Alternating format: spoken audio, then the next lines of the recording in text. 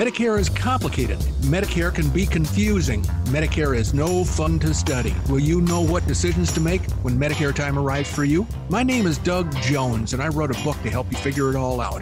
Medicare for the Lazy Man. It's on sale at Amazon and BarnesandNoble.com. Also, you can download and listen to my podcast, Medicare for the Lazy Man, wherever fine podcasts are given away free of charge.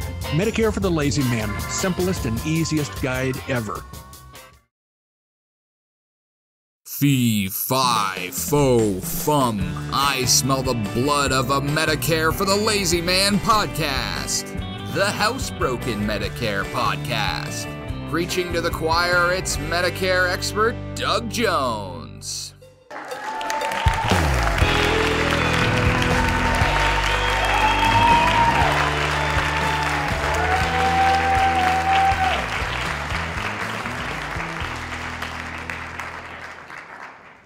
Well, hello again, ladies and gentlemen. Welcome to another exciting, thrill-packed episode of the Medicare for the Lazy Man podcast.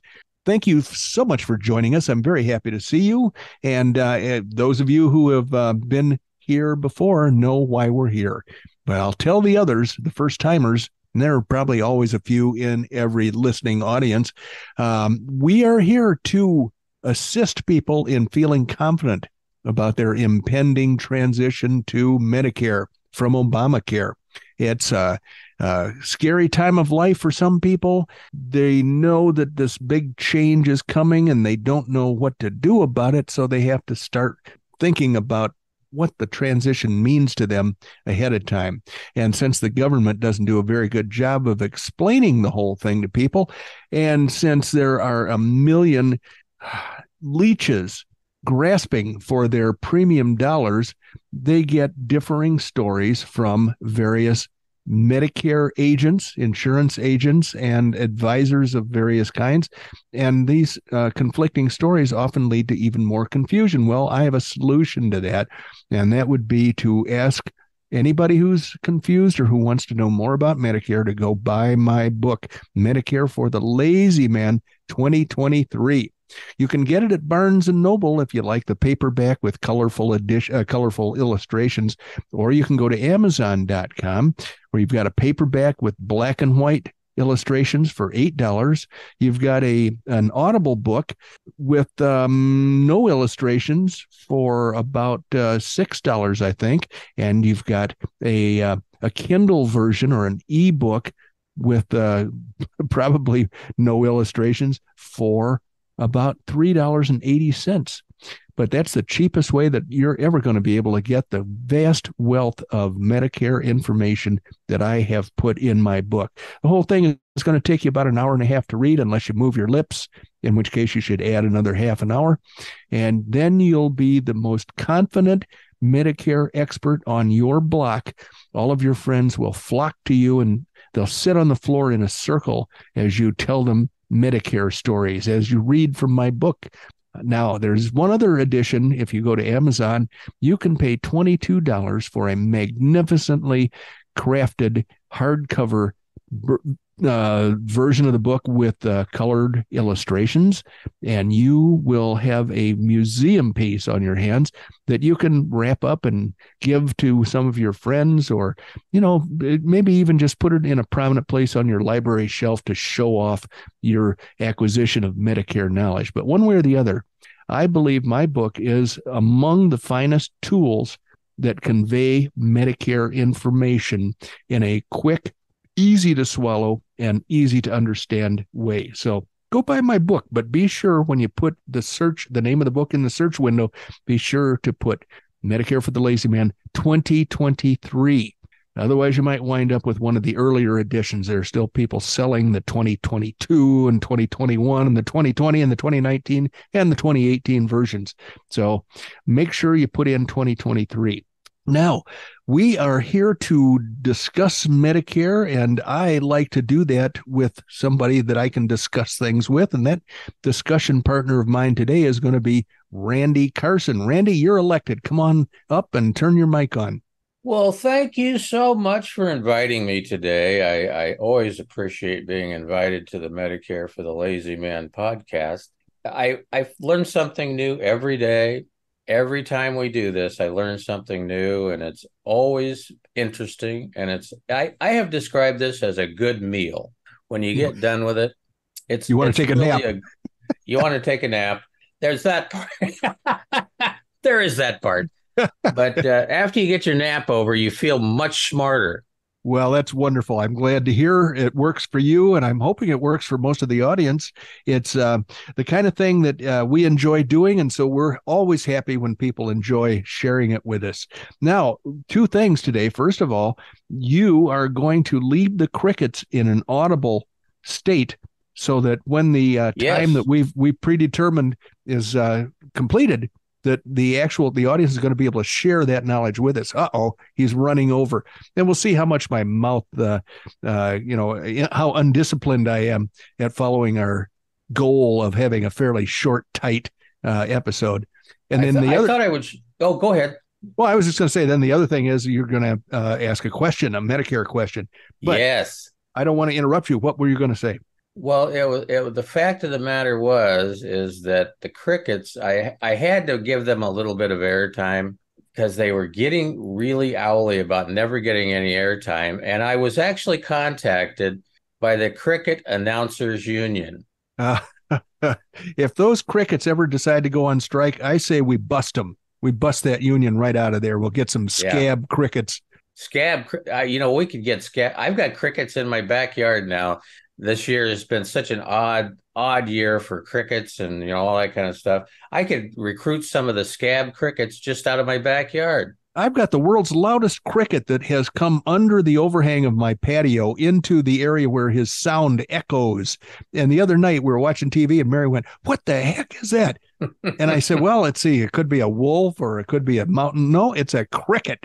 It's a I've never killer heard cricket. of cricket this loud." Yeah. Lock the doors. Lock the doors. Lock the doors. The killer crickets are here.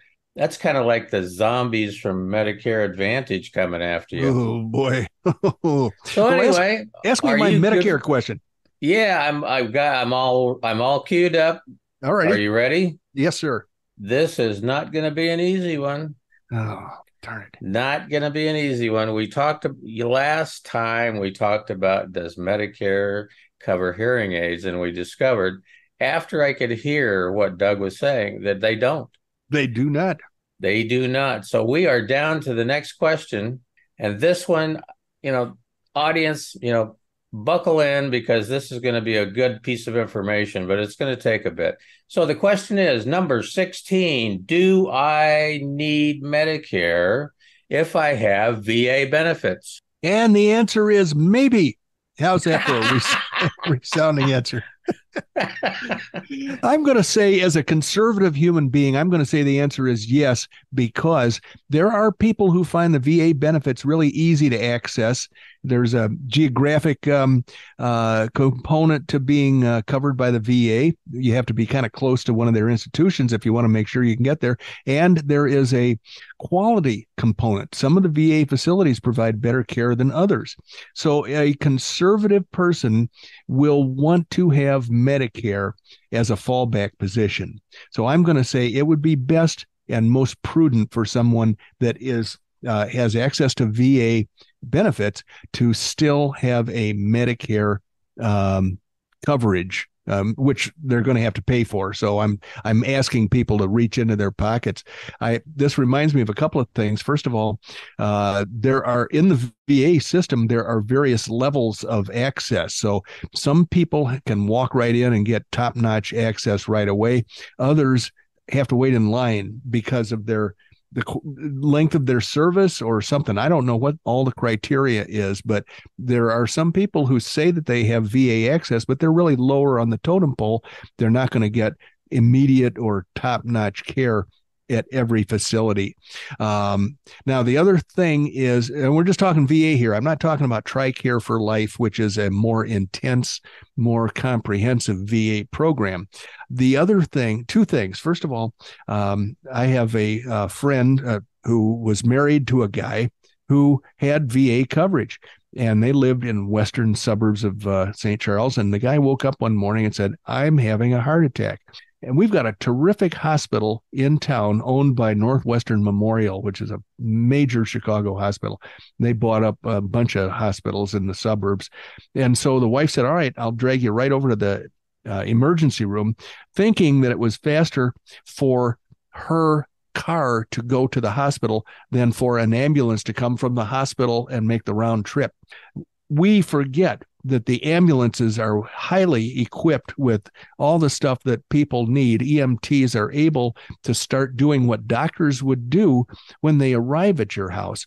So that was a mistake right there. And then he said, Mr. Heart Attack said, well, I think you should drive me into Chicago to Hines VA Center, VA Hospital. And that's where I'll get free treatment. We won't get a bill for the emergency room or anything like that. And she said, okay. So she drove him into Chicago, which was probably a good 50 minutes or so. I think it might have been a Sunday morning.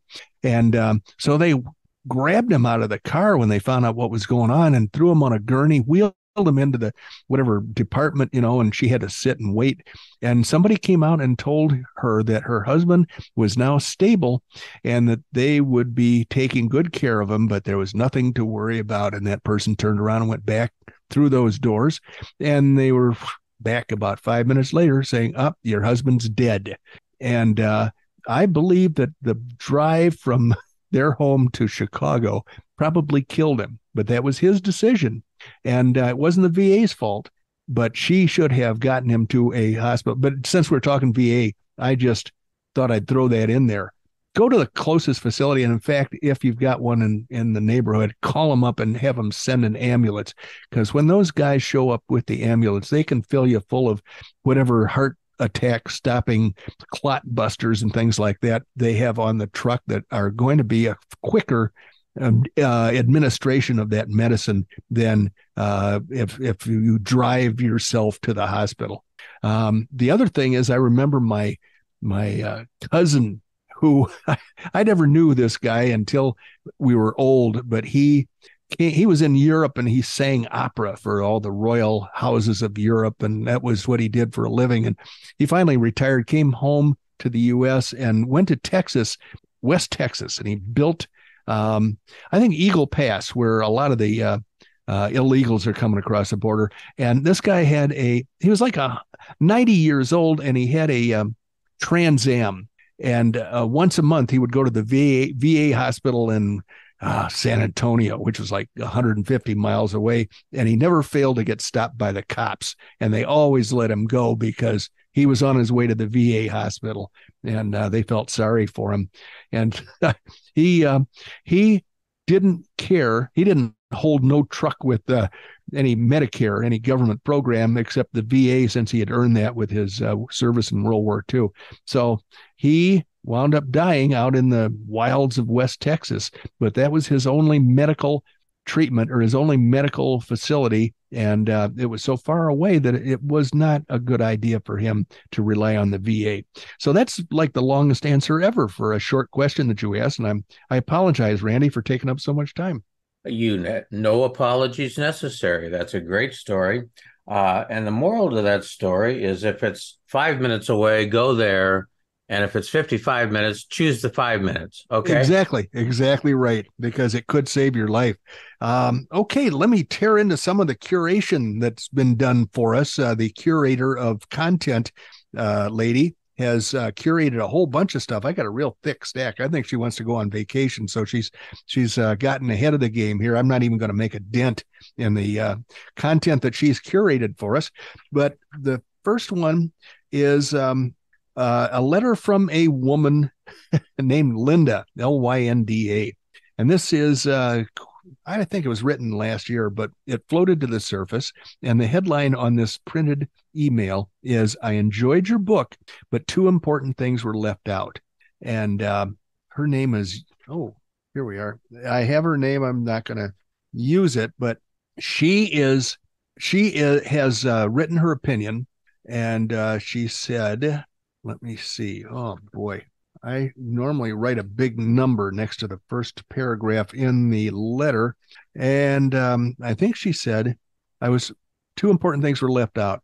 And she says, and I was put off in the beginning about your comment on the government not running insurance as well as private insurance companies. Medicare is a nonprofit with a minuscule overhead. It is complex because, one, it was invented in the 60s, and two, modified infrequently since. And she says, in my humble opinion, here are the things that are missing from your book. Medicare automatically applies a discount on the bills presented by providers. The Medicare approved rate for a billing code sent to them for payment is different than the actual cost of the service. So 80% is on a significantly lower amount than billed. And that is true. She's right about that. When Medicare pays you 80%, they're paying 80% of the discounted or cut back amount, not what the doctor would like to be paid. So she goes on to say docs who contract with to be Medicare providers, which is 90% of all docs, plus or minus, agree to this in their contract. If they don't agree, they turn into concierge doctors. And number two, another item left out of my book, she says, choosing the best drug plan involves one more step, and that is to check the plan detail for any restrictions the plan places on your medications. Quantity limits and step therapy can create a hassle factor if you have to get an exception or an appeal. Not on formulary pricing is accommodated in the prices on the plan finder. I think she ought to proofread her letters. And for those very interested in working a little to save money, GoodRx and other discount plans offer RX meds cheaper than a Part D plan copay, particularly if it falls in the deductible. And then she says, I unloaded the 2023 sample of my book, but accidentally purchased the 2022 edition. And then she said, thanks for writing this book. Well, I was going to make a snide comment about her thinking that she was going to buy the 2023 and buying the wrong edition, but I won't make that snide comment because she was so polite to say, thanks for writing this book. So this was a few months ago, and I had completely forgotten how to start out her letter of complaint, but I'll tell you what my response was. I said, thank you for writing, Ms. So-and-so. I'm sorry for the delayed response, but there was a stampede of potential clients demanding attention after the Memorial Day weekend, and I could not refuse them.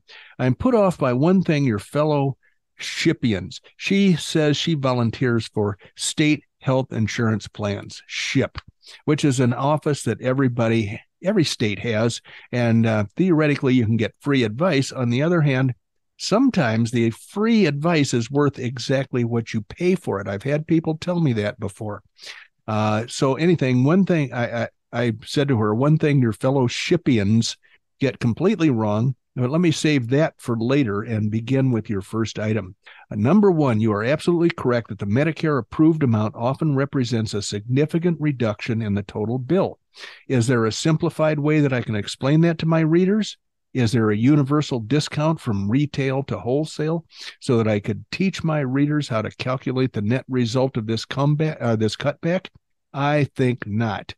Therefore, I have made a conscious decision not to add additional complication to my description of the billing process.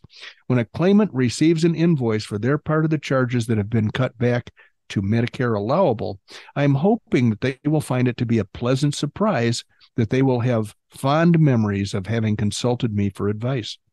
And her number two complaint, your second item, is one that brings me a great deal of sadness. I used to think I could entice my readers and clients to go to Medicare.gov database and perform the search for the most appropriate prescription drug plan on their own.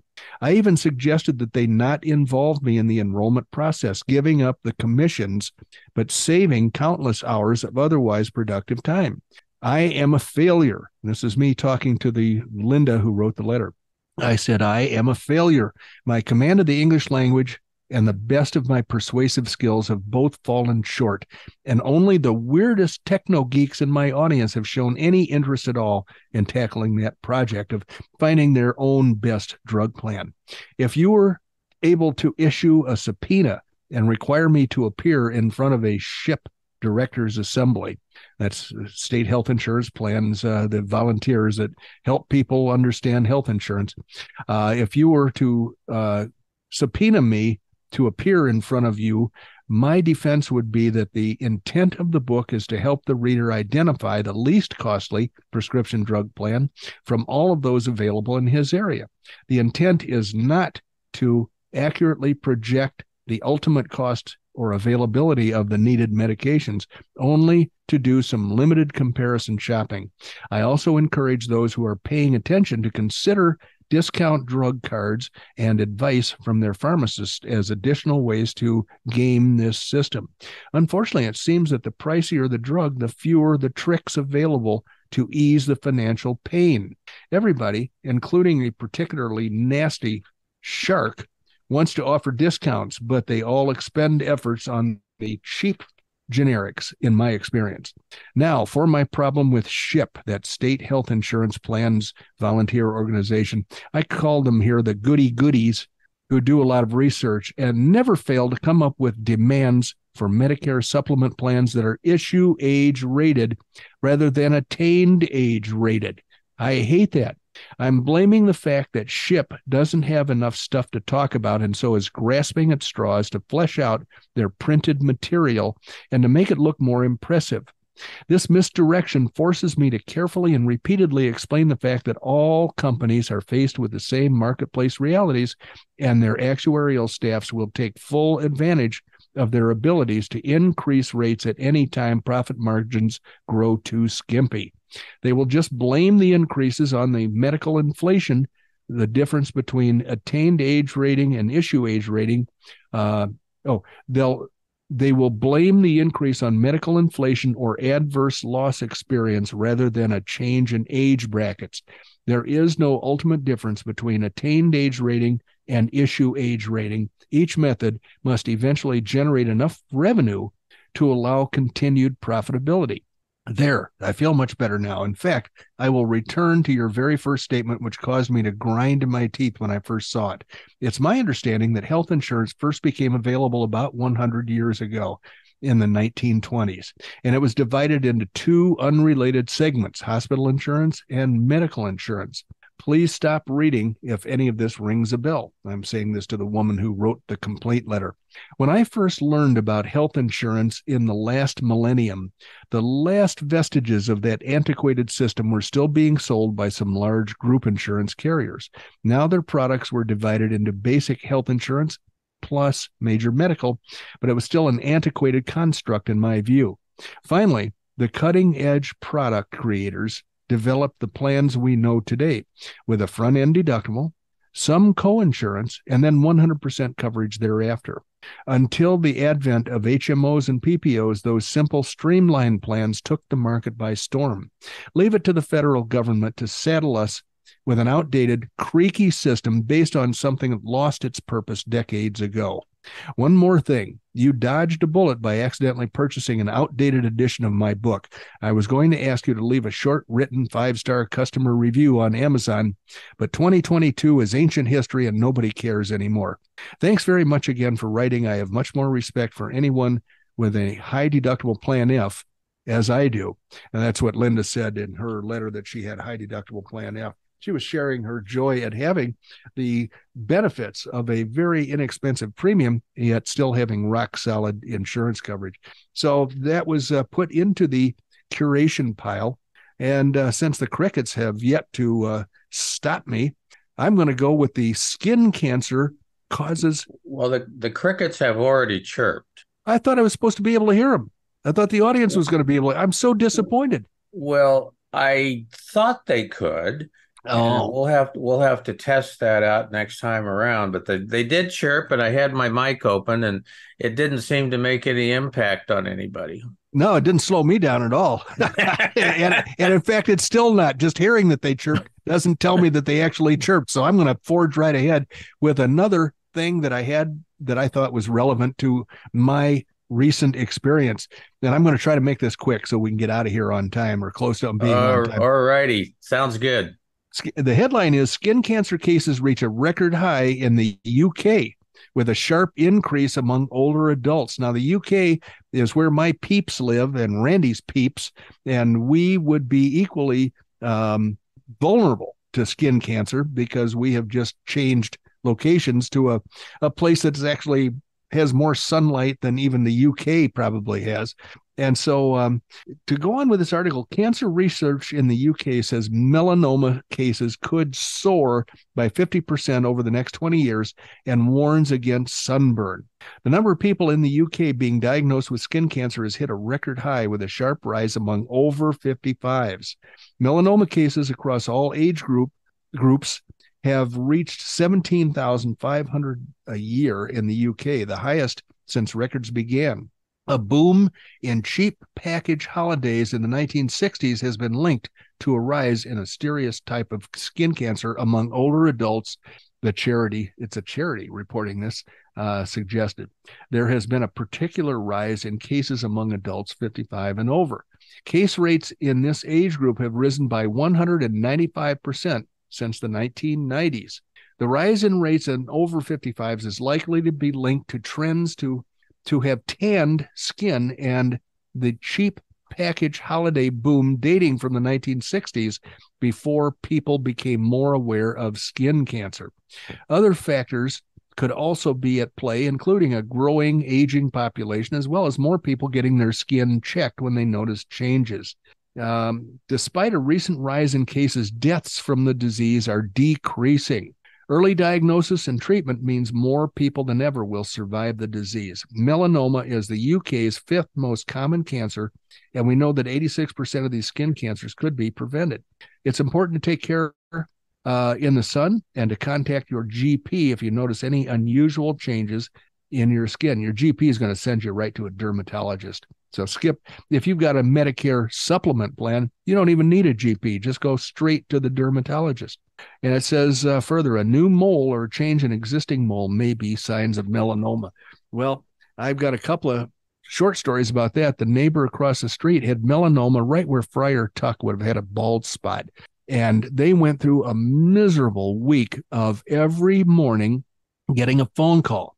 The phone call was the results of the lab analysis of the tissue that had been removed.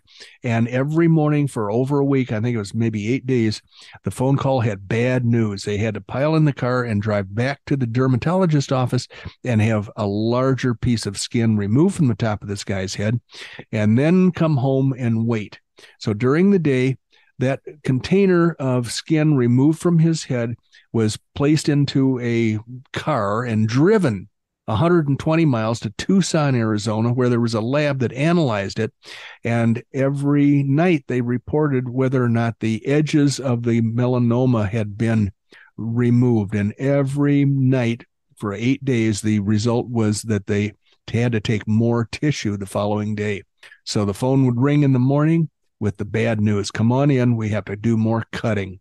And this guy had a big, giant, silver dollar-sized, bald, you can almost see his skull, his skin removed because they wanted to get all the melanoma, but it took a week or more than a week for that process to play out. Now, today, a good friend of mine in Kansas City is going into his dermatologist to have a spot behind his ear removed, and he is going to sit there, and there is a lab in the same facility, so they're going to be able to tell the doctor instantly whether the melanoma has been completely removed or whether they missed some around the edges, and then they'll do the completely corrected cutting during the time that he's there. He won't have to go back in over and over and over again. I consider that to be an improvement.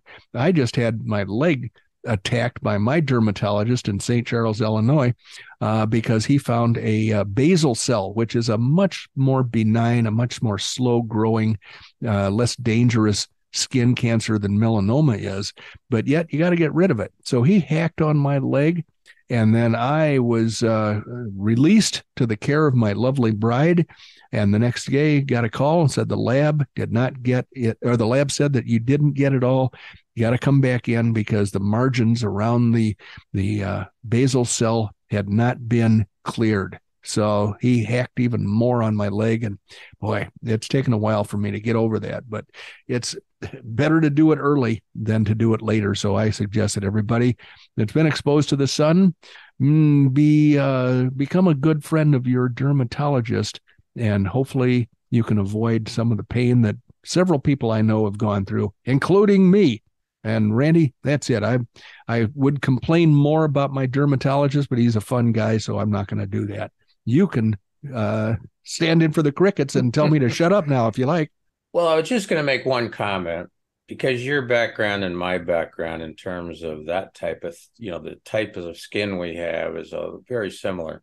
Let me describe to the audience my experience with sun tanning. Okay, I have an Irish background, so I burn. Yeah. And then it falls off, and then I burn some more. It never tans. Okay. Well, see, I've got a little more melanin than you. I do tan, or I did when I was a kid. I haven't tried to do that lately, but my formative experience was in 8th grade. Well, before that, I lived in the sun. I lived in the swimming pool. The country club swimming pool was where I lived all summer long. I'd get a huge burn early in the year, and it would go away, and then I had a tan. I never burned again the rest of that year. However, it's what happened many decades ago that is causing melanoma and other skin cancers now. But the formative experience that I had was in 8th grade. My brother and I were shipped off to Arizona for 10 days during spring break. I was in high school, and my brother was in 2nd grade, I think. And I was in 8th grade, yes. And so I was 1 year away from high school. And when I came back from Arizona, because I'm hanging around with my little brother, I got nothing else to do. So all I did was lay out in the sun for 10 days. I didn't have a car to go pick up girls with or anything else, or to go listen to the music and the teenage nightclubs that I did later on. So when I got back, I walked into a class, I think it was a science class, and the most beautiful girl in that science class, a girl named Anne, I had her last name on the tip of my tongue a minute ago, but Anne looked at me. She had never given me the time of day. She looked at me and she said, "My God, you look magnificent." And that Caldwell, that was her name, Anne Caldwell. I don't know whatever happened to her, but I know that I impressed her. My suntan from Phoenix back in 1961 impressed Anne Caldwell. That was a formative experience. I said, "Hey, suntanning is good." Yeah, no, I totally understand that. So anyway, as Doug said, the crickets have chirped. He just spoke right over them. I need to, crank up the volume on the crickets or something. But anyway, I'm just teasing. That'll teach that damn cricket union to try to go on strike around us. It's all good, but we have a couple things I always like to take care of before we sign off. Bring the plane in for the landing and bring the train into the station. As pull out your pencil. Doug loves to communicate with his customers, and you can reach out to him at dbj@mlmmailbag.com. That's dbj@mlmmailbag.com. As we mention, or try to mention every episode, Doug is licensed nationwide to help you with your Medicare supplement planning. You can go to the website at medicareforthelazyman.com. We got some pretty cool things going on there. We would appreciate a rating. If you can find some place to give us a rating, we would certainly appreciate it, because it puts us up in the, up on the bulletin board in terms of Medicare podcasts, and we certainly enjoy that. And one of the things that I always like to mention occasionally is the other place that Doug is ranked very well with his Medicare podcast is travel. Is travel. And we've never quite figured that out. Never quite figured that out. But anyway, I always want to thank the audience. You could have been 100 different places doing 100 different things, and you weren't. You were with us, spending some time with us at the Medicare for the Lazy Man podcast. So thank you very much. But if you haven't kept track of the time on your watch, you have just spent about 32 and a half minutes with Doug Jones, the insurance guy from Oklahoma. No more. He moved out to Cave Creek, Arizona, into the nosebleed section of the city, and he's spending his time in his fortress of solitude protecting Cave Creek and the surrounding area from Medicare Advantage zombies. Thank you, Randy, and thank you, ladies and gentlemen, for joining us. We'll look forward to talking to you next time. Bye-bye.